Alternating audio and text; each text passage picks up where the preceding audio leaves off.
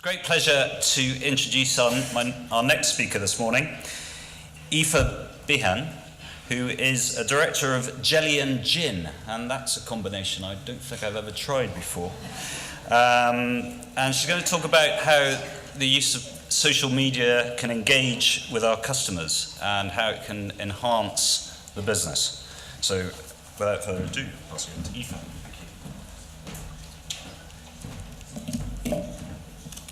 Good morning, my name is Aoife Behan. I'm one half of Jelly and Gin, the other half is Carol Souter. I'm our creative director. We do guerrilla dining events, we do event design, event production and management. We do branding and building brand awareness, and social media is at the centre of everything that we do. I have to admit though, I'm a latecomer to social media. A little bit less than 2 years ago, I was a complete skeptic.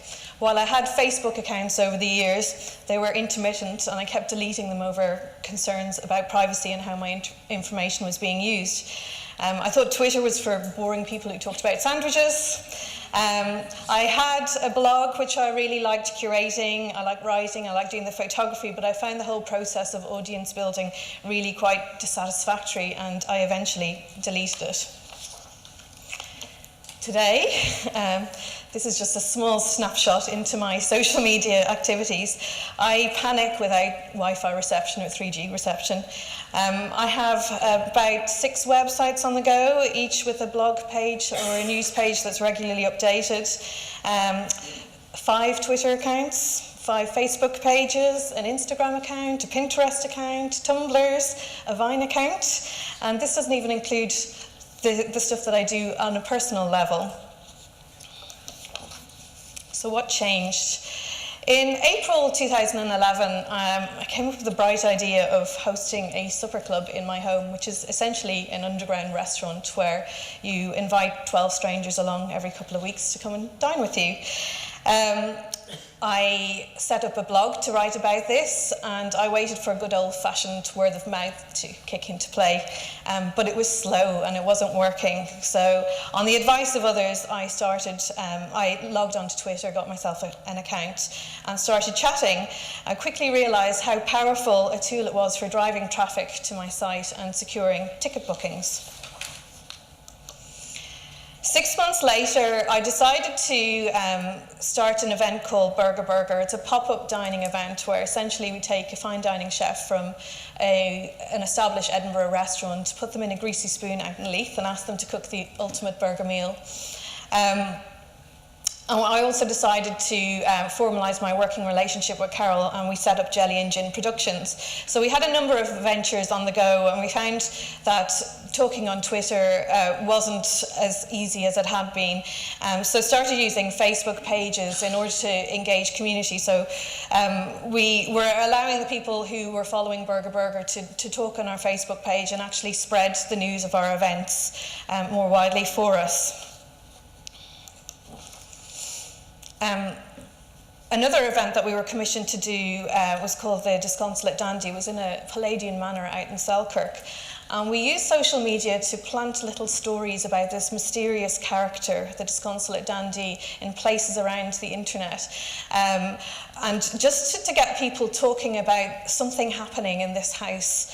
People didn't know the location of the house. They didn't know who this character was. They didn't know if it was a real or an imagined character. The buzz began to build. And by the time the tickets went on sale, they were nearly £100 each. They sold out instantly. And these were tickets for an event which people didn't know where they were going. They were getting on a bus with a mystery location. They didn't know what they were going to be eating. They didn't even know who was going to be hosting them. So we recognized social media was a really, really powerful tool for helping us to create a buzz around our events.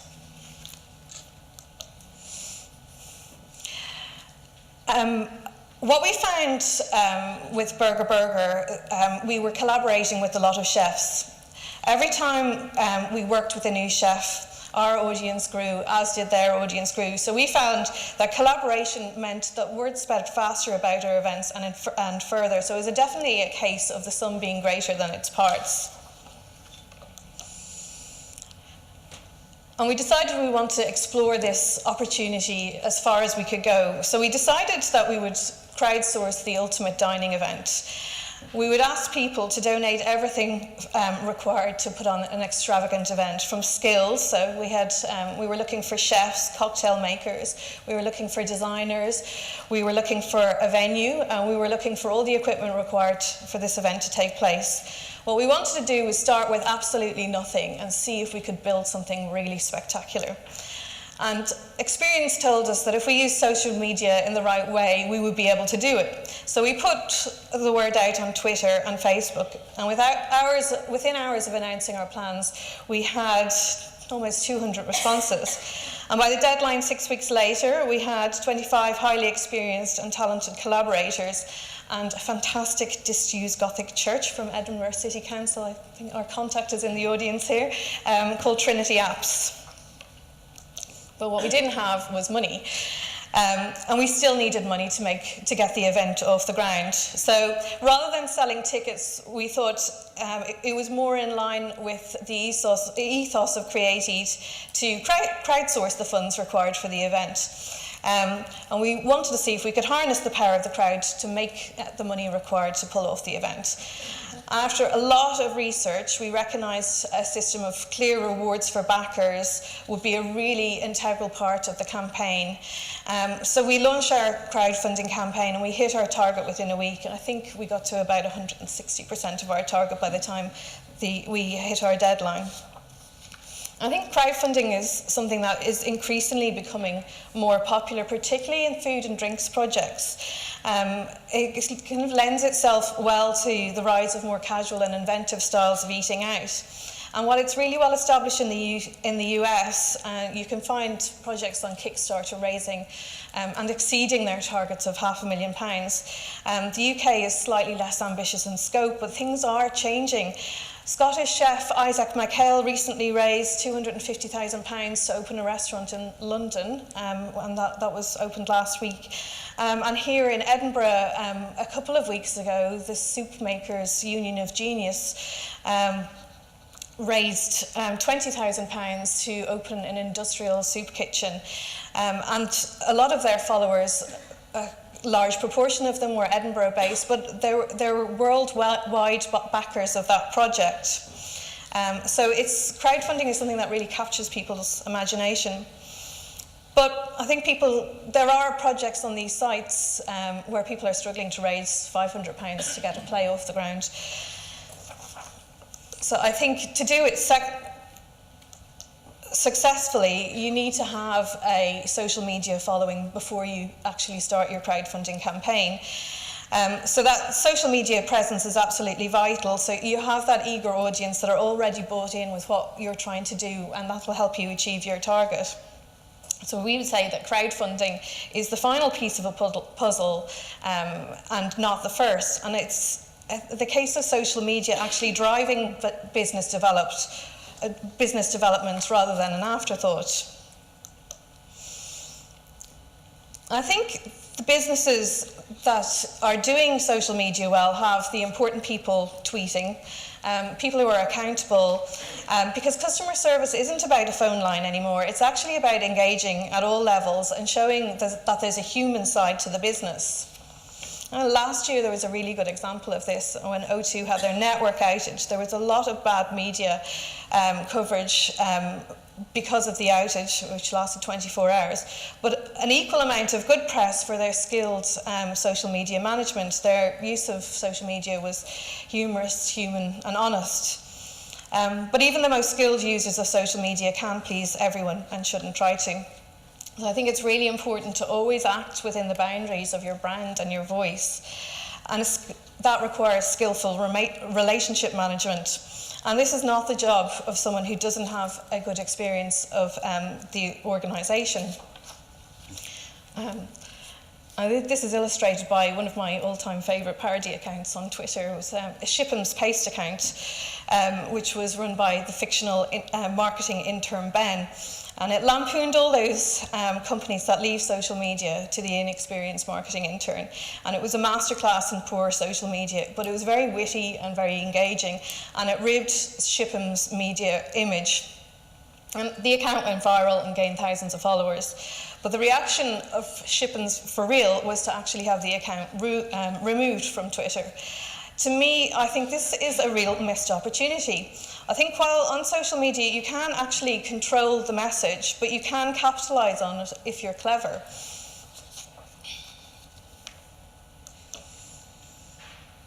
So I wonder if the future of business is actually that we will see more businesses being driven by social media rather than it being an add-on.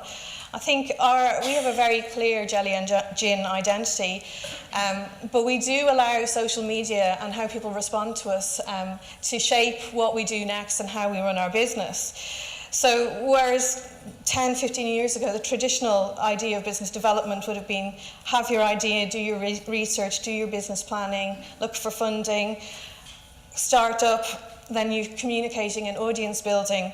What we have found and over the past year with our business is that we had our idea and we started communicating and building an audience and honing that idea based on feedback, and then started raising money and have got into this process of business planning now, and it's really enabled us to hit the ground running and have popular events and a portfolio of clients that are interested in working with us. And I think things are changing for us as individuals as well. Social media is integrated into almost every site now, so you don't really have to leave a particular site and go to another platform to be social. So people are tweeting and liking and pinning as they potter around the web. They're curating their own online identity, and in some cases becoming brands themselves. And these successful me brands are increasingly being courted by big business as advocates for their wares.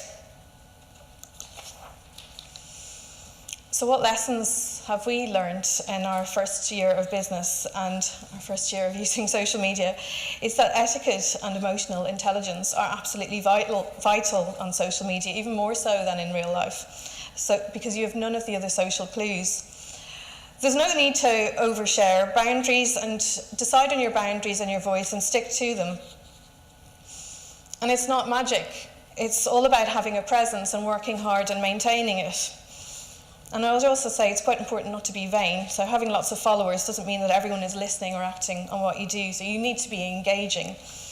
And I think it's important to protect what you've built online. I had an experience where I changed my Twitter handle without protecting my old one, and it was quickly swiped, and somebody attempted to blackmail me to get it back. So I think you do have to be careful on social media and be quite protective of what you've built. I think what's really important about all of this is that talk is cheap, whether that is in real life or on social media. And success only really comes when you take what you've built online, offline, and you make something happen. So you need to be thinking about how you turn the goodwill and relationships into something tangible. Old-fashioned ideals are still at the core of social media. It's still all about relationships. So for us, I think we've learned a lot about using social media to build brands and communities online, particularly in the food and drink sector. And we're increasingly being approached by businesses who want us to help them to do something similar. And that's why we formed Jelly and Gin. We're using social media and good design to create a buzz online and carrying that into the real world to offer something different and authentic. I also think that the future is visual for social media. Because of the high design aspect of a lot of the work that we're doing, we are really interested in how Instagram and Pinterest and Vine and the new Twitter app are developing. And I think there's potential there for any businesses in hospitality to kind of sell your product quite nicely using those visual social media applications. And of course, once you take away the devices, what you've got left is people. So I see that collaboration is still incredibly important in terms of our business development. So very far in the future, I probably see the surgical removal of my iPhone from my clenched fist because RSI is becoming a real pain. And that is it. So thank you very much.